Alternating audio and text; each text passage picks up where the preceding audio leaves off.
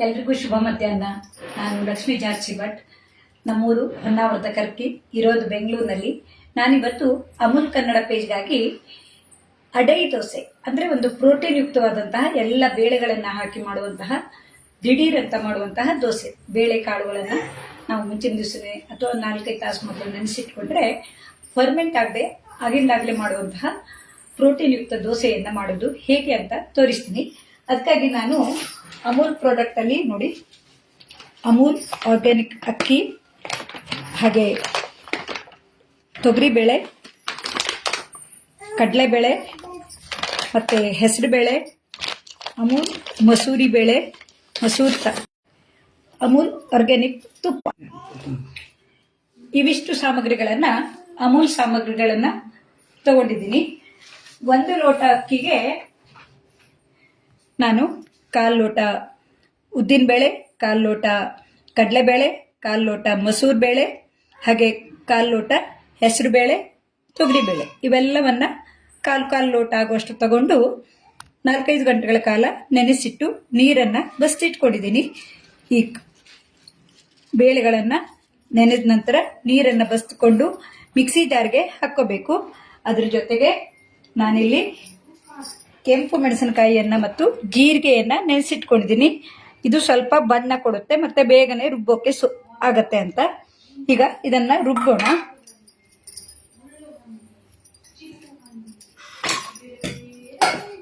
ಇದನ್ನು ರುಬ್ಬೋಕೆ ಶುಂಠಿಯನ್ನು ತಗೊಂಡಿದ್ದೀನಿ. ಯಾಕೆಂದರೆ ಈ ಬೇಳೆ ಕಾಳುಗಳಲ್ಲಿ ಸ್ವಲ್ಪ ವಾಯು ಅಂಶ ಇರೋದ್ರಿಂದ ವಾಯು ಆಗದೆ ಇರೋ ಹಾಗೆ ಜೀರಿಗೆ ಮತ್ತು ಶುಂಠಿ ಕೆಲಸ ಮಾಡುತ್ತೆ.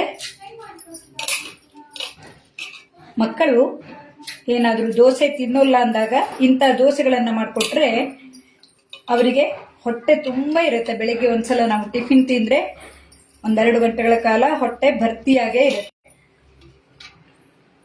ಮಕ್ಕಳಿಗಷ್ಟೇ ಆರೋಗ್ಯಕರವಾದಂತಹ ದೋಸೆ ಆಗಿರುತ್ತೆ. ನೋಡಿ, ನೀರನ್ನು ಬಸ್ಕೊಂಡು ಸ್ವಲ್ಪ ನೀರನ್ನು ಇಟ್ಕೊಂಡಿದ್ದೀನಿ. ಇದನ್ನೇ ಬೇಕಿದ್ರೆ ನಾವು ಹಾಕೋಬಹುದು. ಇದರ ಜೊತೆಗೆ ನೆನೆಸಿಟ್ಕೊಂಡ ಕೆಂಪು ಮೆಣಸಿನಕಾಯಿ ಮತ್ತು ಜೀರಿಗೆಯನ್ನು ಹಾಕೊಂಡಿದ್ದೀನಿ. ಶುಂಠಿಯನ್ನು ಈಗಾಗಲೇ ಹಾಕಿದ್ದೀನಿ. ಒಬ್ಬೊಬ್ಬರು ಒಂದೊಂದು ರೀತಿಯಲ್ಲಿ ಮಾಡ್ತಾರೆ. ನಾನು ಈ ರೀತಿಯಲ್ಲಿ ಮಾಡಿ ತೋರಿಸ್ತಾ ಇದ್ದೀನಿ. ಇವೆಲ್ಲವನ್ನ ಸೇರಿಸಿ ನಾವು ಮಿಶ್ರ ಮಾಡಿಟ್ಟುಕೊಂಡು ಹಿಟ್ಟನ್ನು ಮಾಡಿಕೊಂಡು ಆ ಹಿಟ್ಟನ್ನು ಕಲಸಿ ಮಾಡಬಹುದು. ಇಲ್ಲವಾದಲ್ಲಿ ಈ ಕಾಳುಗಳನ್ನು ಈ ರೀತಿಯಾಗಿ ನೆನೆಸಿಟ್ಕೊಂಡು ಬೇಳೆಗಳನ್ನು ತೊಗರಿಬೇಳೆ ಇತ್ಯಾದಿಗಳನ್ನು ನೆನೆಸಿಟ್ಕೊಂಡು ಮಾಡಿದ್ರೆ ಚೆನ್ನಾಗಿರುತ್ತೆ. ಇದನ್ನು ನಾನು ಸ್ವಲ್ಪ ಈ ನೆನೆಸಿದ ನೀರನ್ನೇ ಹಾಕಿಕೊಂಡು ರುಬ್ಕೋತೀನಿ.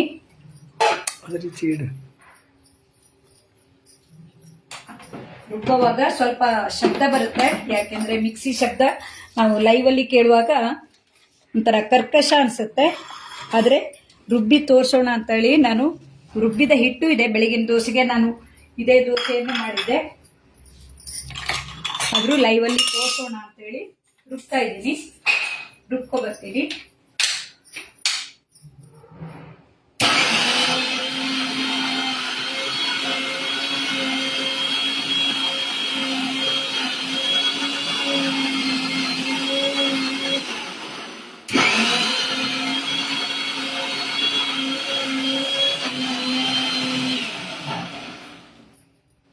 ಇದಕ್ಕೆ ಸ್ವಲ್ಪ ನೀರು ಬೇಕಾಗತ್ತೆ. ನೀರನ್ನು ಹಾಕ್ತೀನಿ.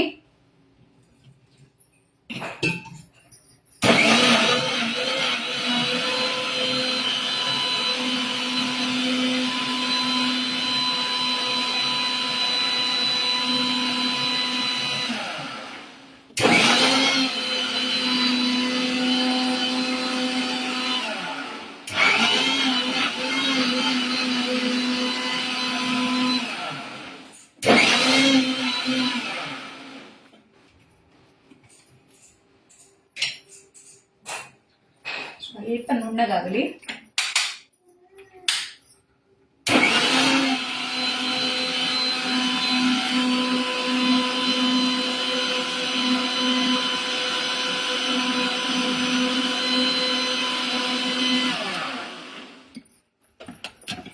ತುಂಬ ನುಣ್ಣಗೂ ಬೇಕಂತಿಲ್ಲ, ಸ್ವಲ್ಪ ತರಿಯಾಗಿದ್ರು ಆಗತ್ತೆ. ನಾನು ಅಷ್ಟರಲ್ಲಿ ದೋಸೆ ಕಾವಲಿನ ಬಿಸಿಗಿಡ್ತೀನಿ. ಅಕ್ಕಿ ಮತ್ತೆ ಬೇಳೆಗಳನ್ನ ನೆನೆಸಿಟ್ಕೊಂಡ್ರೆ ಬೇಗನೆ ಮಾಡುವಂತಹ ದೋಸೆ ಆಗಿರುತ್ತೆ. ಕೆಲವೊಂದು ದೋಸೆಗೆಲ್ಲ ನಾವು ಹುದುಗು ಬರಿಸಬೇಕಾಗತ್ತೆ, ಆದ್ರೆ ಈ ದೋಸೆಗೆ ಹುದುಗು ಬರಿಸಬೇಕಂತಿಲ್ಲ. ನೋಡಿ, ಈ ರೀತಿಯಾಗಿ ಸ್ವಲ್ಪ ತರಿಯಾಗಿ ರುಬ್ಕೊಂಡ್ರೆ ತರಿಯಾಗಿದೆ ನೋಡಿ. ಆರೋಗ್ಯಕರವಾದ ಅಡೈ ದೋಸೆ ಅಂತ ಹೇಳೋದು. ಇದಕ್ಕೆ ನಾವು ಯಾವ ರೀತಿ ನೋಡಿಕೊಂಡು ಸ್ವಲ್ಪ ನೀರನ್ನು ಹಾಕೋಬೇಕಾಗುತ್ತೆ ದೋಸೆ ಹಾಕುವಾಗ. ಇವೆಲ್ಲ ಸುಲಭವಾಗಿ ನಮಗೆ ಆರ್ಗ್ಯಾನಿಕ್ ಆಗಿರುವಂತಹ ಪ್ರಾಡಕ್ಟ್ಗಳು ಅಮೂಲ್ನಲ್ಲಿ ಸಿಗುತ್ತೆ. ಇವನ್ನ ಆನ್ಲೈನಲ್ಲಿ ನಾವು ತರಿಸ್ಕೋಬಹುದು. ಇವೆಲ್ಲ ಪ್ರಾಡಕ್ಟ್ಗಳನ್ನ ನಾನು ಆಗಾಗ ಬೇರೆ ಬೇರೆ ರೀತಿಯ ಅಡುಗೆಗಳಲ್ಲಿ ಉಪಯೋಗಿಸ್ತಾ ಇರ್ತೀನಿ. ಇವೆಲ್ಲವೂ ತುಂಬ ಚೆನ್ನಾಗಿ ಬರುತ್ತವೆ. ಹೆಸರುಬೇಳೆ, ಮಸೂರಿ ಬೇಳೆ, ತೊಗರಿಬೇಳೆ, ಕಡಲೆಬೇಳೆ ಇವೆಲ್ಲವುದು ತುಂಬ ಚೆನ್ನಾಗಿರುತ್ತೆ. ನೋಡಿ, ಈ ರೀತಿ ಈ ಮಿಕ್ಸಿ ಜಾರ್ನು ಸ್ವಲ್ಪ ತೊಳೆದು ನೀರು ಹಾಕೋತೀನಿ. ತುಂಬ ತೆಳು ಮಾಡ್ಕೊಳ್ಬೇಡ. ನಾವು ದೋಸೆ ಹಾಕುವಾಗ ಗೊತ್ತಾಗುತ್ತೆ. ಇದಂದ್ರೆ ಹುಳಿ ಬರದೇ ಇರೋ ದೋಸೆ ಆಗಿರೋದ್ರಿಂದ ನೀರನ್ನು ಸ್ವಲ್ಪ ಹಾಕಬೇಕಾಗತ್ತೆ. ನಾವು ನೋಡುವ. ನಾನು ಬೆಳಿಗ್ಗೆ ಇದೇ ದೋಸೆ ಮಾಡಿದ್ದು. ಆ ದೋಸೆ ಹಿಟ್ಟು ಇದೆ, ಆದರೆ ನಾನು ಲೈವಲ್ಲಿ ತೋರಿಸೋಣ ಅಂತೇಳಿ ಸ್ವಲ್ಪ ಬೇಳೆಗಳನ್ನ ಬೇರೆ ನೆನೆಸಿಟ್ಟು ಈ ರೀತಿ ದೋಸೆಯನ್ನ ಮಾಡಿ ತೋರಿಸ್ತಾ ಇದ್ದೀನಿ.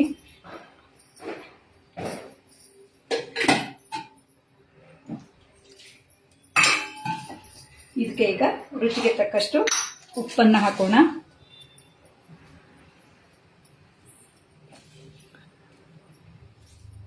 ಉದುಗು ಬರದೆ ಮಾಡುವಂತಹ ದೋಸೆ ಇದು. ಇದಕ್ಕೆ ಈರುಳ್ಳಿಯನ್ನು ಹಾಕ್ತಾರೆ, ಅದನ್ನ ನಾನಿವತ್ತು ಈರುಳ್ಳಿಯನ್ನ ಹಾಕ್ತಾ ಇಲ್ಲ. ಬೇಕಿದ್ರೆ ನೀವು ತರಕಾರಿಗಳನ್ನು ಹಾಕೋಬಹುದು. ಹಾಗೆ ಇದಕ್ಕೆ ಪರಿಮಳಕ್ಕಾಗಿ ಕೊತ್ತಂಬರಿ ಸೊಪ್ಪು ಮತ್ತು ಕರಿಬೇವನ್ನ ಕತ್ತರಿಸಿಟ್ಕೊಂಡಿದ್ದೀನಿ.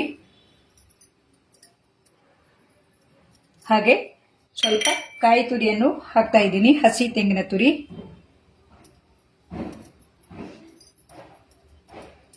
ಈರುಳ್ಳಿ, ಸೌತೆಕಾಯಿ, ಸೋರೆಕಾಯಿ ಇವನ್ನು ಸಹ ಇದರ ಜೊತೆಗೆ ಹಾಕೋಬಹುದು.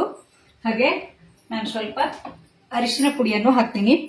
ನೋಡೋಕೆ ಕಲರ್ಫುಲ್ ಆಗಿರುತ್ತೆ, ಮತ್ತೆ ಅರಿಶಿನ ಆಂಟಿಸೆಪ್ಟಿಕ್ ಆಗಿ ಕೆಲಸ ಮಾಡುತ್ತೆ. ಇವೆಲ್ಲವನ್ನ ಮಾಡಿಕೊಟ್ರೆ ಮಕ್ಕಳಿಗೂ ಖುಷಿಯಾಗಿರುತ್ತೆ. ಸ್ಕೂಲ್ಗೆ ಹೋಗುವಾಗ ಕೊಟ್ರಂತೂ ಹೊಟ್ಟೆ ತುಂಬಿಕೊಂಡು ಅವರಿಗೆ ಹಸಿವೆ ಅನುಭವ ಸ್ವಲ್ಪ ಕಡಿಮೆ ಆಗಿರುತ್ತೆ. ಯಾಕೆಂದ್ರೆ ಇವೆಲ್ಲ ಬೇಳೆಗಳು, ಕಾಳುಗಳು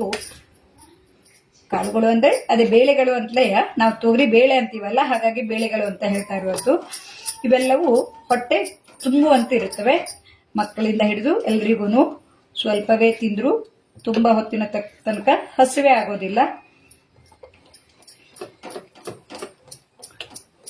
ನಾವು ಈ ರೀತಿ ಸ್ವಲ್ಪ ಮಸ್ಕೊಂಡ್ರೆ ಅದು ಮಿಶ್ರ ಆಗಿ ದೋಸೆನೂ ಚೆನ್ನಾಗಿ ಬರುತ್ತೆ.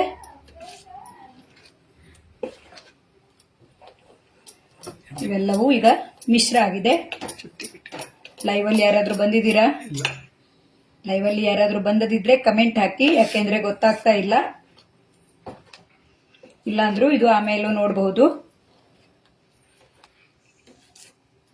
ಈ ಎಲ್ಲ ಬೇಳೆಗಳನ್ನ ಮಿಶ್ರ ಮಾಡಿರೋದ್ರಿಂದ ತುಂಬಾ ಪರಿಮಳಯುಕ್ತವಾಗಿರುತ್ತದೆ. ಇದು ಮಿಶ್ರ ಆಗಿದೆ. ಇದನ್ನ ಈಗ ನಾವು ಎಣ್ಣೆ ಸವರ್ಕೊಂಡು ದೋಸೆ ಹಾಕೋಣ. ಎಣ್ಣೆ ಅದು ಕಾವಲಿ, ಈ ದೋಸೆ ಕಾವಲಿ ಚೆನ್ನಾಗಿ ಕಾದಿರಬೇಕು. ಆಗ ದೋಸೆನೂ ಕೆಂಪಗಾಗಿ ಚೆನ್ನಾಗಿ ಬರುತ್ತೆ. ಈ ದೋಸೆ ಒಂದು ಹಾಕಿದವಾಗ ಗೊತ್ತಾಗತ್ತೆ ನಮಗೆ ನೀರು ಬೇಕಾ ಅಂತ ಹೇಳಿ. ನೋಡಿ, ಕಾವಲಿ ಚೆನ್ನಾಗಿ ಕಾದಿದೆ. ಈಗ ಈ ಮಾಡ್ಕೊಂಡಿರೋ ಹಿಟ್ಟನ್ನ ಇಲ್ಲಿ ಹಾಕಿ ದಪ್ಪನಾಗಿಯೂ ಹಾಕೋಬಹುದು, ತೆಳುವಾಗಿಯೂ ಹಾಕೋಬಹುದು. ಇದಕ್ಕೆ ನೋಡಿ ಇನ್ನೊಂದು ಸ್ವಲ್ಪ ನೀರು ಬೇಕಾಗತ್ತೆ. ಯಾಕೆಂದ್ರೆ ನಾವು ಇದು ಹಾಕಿದಾಗ ತೆವಡು ಬರೋದು ಅಂತೀವಲ್ಲ, ಹಾಗಿದ್ದವಾಗ ಇನ್ನೂ ಸ್ವಲ್ಪ ನೀರು ಬೇಕಂತ ಅರ್ಥ. ಇದಕ್ಕೆ ಬೇಯೋಕೆ ನಾವು ಅಮೂಲ್ ತುಪ್ಪವನ್ನು ಹಾಕೋಣ. ದೋಸೆಗೆ ತುಪ್ಪ ಹಾಕಿದಾಗ ತುಂಬ ರುಚಿ ಬರುತ್ತೆ.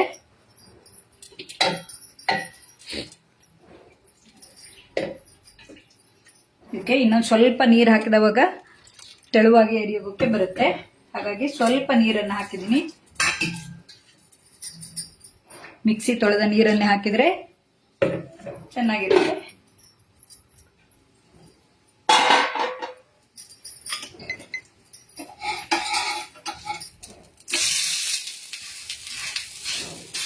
ಎರಡೂ ಕಡೆ ನಾವು ಈ ರೀತಿ ಕೆಂಪಗೆ ಬೇಯಿಸ್ಕೋಬೇಕು. ಬೇಕಿದ್ರೆ ಎರಡೂ ಕಡೆ ತುಪ್ಪನೂ ಹಾಕೋಬಹುದು. ಇದರ ಜೊತೆಗೆ ನಾವು ತುಪ್ಪ ಬೆಲ್ಲ ಅಥವಾ ಬೆಣ್ಣೆ ಬೆಲ್ಲ, ಚಟ್ನಿ ಪುಡಿ ಅಥವಾ ತೊಕ್ಕು ಹೀಗೆ ಏನನ್ನು ಹಾಕ್ಕೊಂಡು ತಿನ್ನಬಹುದು. ಎರಡೂ ಕಡೆ ಕೆಂಪಗಾಗುವಂತೆ ಬೇಯಿಸ್ಕೊಳ್ಳೋಣ.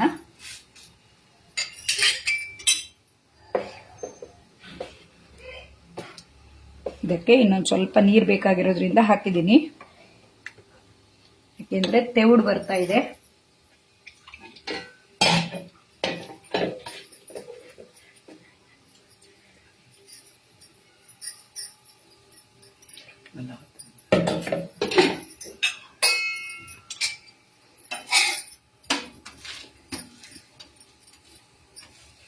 ಇದನ್ನು ಈ ರೀತಿ ಗರಿ ಗರಿ ಮಾಡಿಕೊಂಡ್ರು ತಿನ್ನೋಕೆ ಚೆನ್ನಾಗಿರುತ್ತೆ.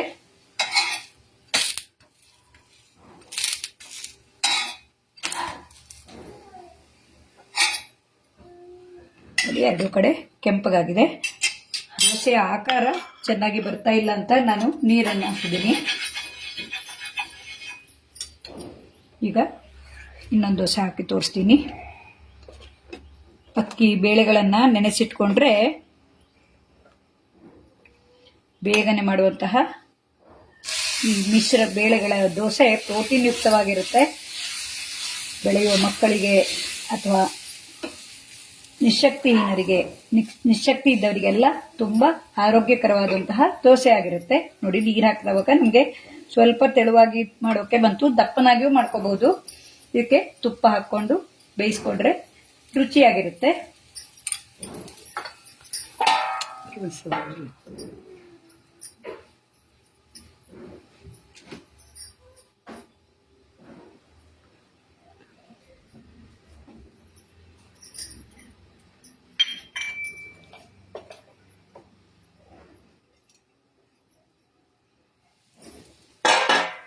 ನೋಡಿ, ಇದು ಗರಿ ಗರಿಯಾಗಿ ಮಾಡುವಂತಹ ದೋಸೆನೂ ಆಗಿರುತ್ತೆ.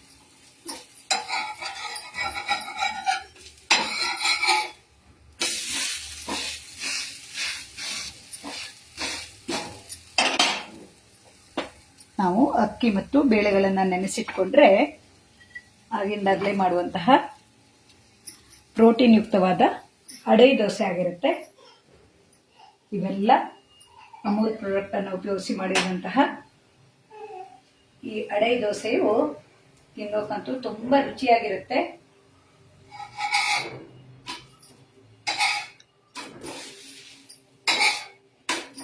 ನೋಡಿ, ಇದು ಈಗ ಕ್ರಿಸ್ಪಿಯಾಗಿ ಬಂದಿದೆ. ನೋಡಿ, ಇದು ನೋಡಿ ಈ ರೀತಿ ಕ್ರಿಸ್ಪಿಯಾಗಿ ಬಂದಿದೆ.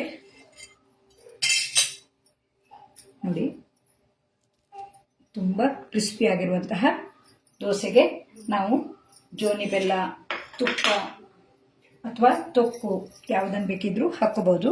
ನಮ್ಮಲ್ಲಿ ತುಪ್ಪ ಮತ್ತು ಬೆಲ್ಲವನ್ನು ಹಾಕಿ ತಿನ್ನುವ ರೂಢಿ ಮೊದಲಿನಿಂದಲೂ ಇದೆ. ಇದು ನೋಡಿ, ಜೋನಿ ಬೆಲ್ಲ ಹಾಕಿದ್ದೀನಿ. ಹಾಗೆ ಇದ್ರ ಜೊತೆಗೆ ಅಮೂಲ್ ತುಪ್ಪವನ್ನು ಹಾಕ್ತಾ ಇದ್ದೀನಿ. ಅಮೂಲ್ ಬೆಣ್ಣೆಯನ್ನು ಹಾಕ್ಕೊಂಡು ತಿನ್ನಬಹುದು. ಆರೋಗ್ಯಕರವಾದ ಅಡೈ ದೋಸೆಯನ್ನ ಸುಲಭವಾಗಿ ಮಾಡೋಕೆ ಇದೊಂದು ಅವಕಾಶ ಮಾಡಿಕೊಟ್ಟ ಅಮೂಲ್ ಕನ್ನಡ ಪೇಜ್ನವರಿಗೆ ಧನ್ಯವಾದವನ್ನ ಹೇಳ್ತಾ ಇದ್ದೀನಿ. ಸ್ವರೂಪ ಅವರು ಈಗ ಬ್ರೇಕ್ಫಾಸ್ಟ್ ಮಾಡ್ತಾ ಇದ್ದೀರಾ? ಬ್ರೇಕ್ಫಾಸ್ಟ್ ಅಲ್ಲ, ಬ್ರೇಕ್ಫಾಸ್ಟ್ಗೆ ನಮ್ದು ಆಗ್ಲೇ ನಾನು ಮಾಡಿಯಾಗಿತ್ತು. ಇದನ್ನ ನಾನು ತೋರಿಸೋಣ ಅಂತೇಳಿ ಇನ್ನೊಮ್ಮೆ ರುಬ್ಬಿ ಮಾಡ್ತಾ ಇದ್ದೀನಿ. ಈಗ ಊಟದ ಸಮಯ. ಊಟಕ್ಕೂ ನಮ್ಮಲ್ಲಿ ಸೊಪ್ಪಿನ ಹುಳಿಗೆ ನಾನು ಬೇಳೆ ಮತ್ತು ಸೊಪ್ಪನ್ನ ಬೇಯಿಸಿಟ್ಕೊಂಡಿದ್ದೀನಿ. ಆರ್ಗ್ಯಾನಿಕ್ ಆಗಿರುವಂತಹ ಸೊಪ್ಪನ್ನ ಮಗಳ ಮನೆಯಿಂದ ತಂದದಿತ್ತು. ಅದನ್ನ ಸೊಪ್ಪಿನ ಹುಳಿಗಾಗಿ ಮಾಡಿದ್ದೀನಿ. ಈಗ ಊಟದ ಸಮಯ ಆದ್ರೂ ಬೆಳಗಿನ ತಿಂಡಿಗೆ ಮಾಡುವಂತಹ ದಿಢೀರ್ ಮಾಡುವಂತಹ ಅಡೈ ದೋಸೆಯನ್ನ ತೋರಿಸಿದ್ದೀನಿ. ಲೈವಲ್ಲಿ ಯಾರಾದರೂ ಬಂದಿದ್ರ ಅವರಿಗೆಲ್ಲರಿಗೂ ಥ್ಯಾಂಕ್ಸ್ ಹೇಳ್ತಾ, ಹಾಗೆ ಅಮೂಲ್ ಕನ್ನಡ ಪೇಜ್ನ ತಂಡದ ಎಲ್ಲರಿಗೂ ಧನ್ಯವಾದವನ್ನ ಹೇಳ್ತಾ ನಾನು ಈ ವಿಡಿಯೋವನ್ನ ಮುಗಿಸ್ತಾ ಇದ್ದೀನಿ. ಎಲ್ರಿಗೂ ಧನ್ಯವಾದಗಳು.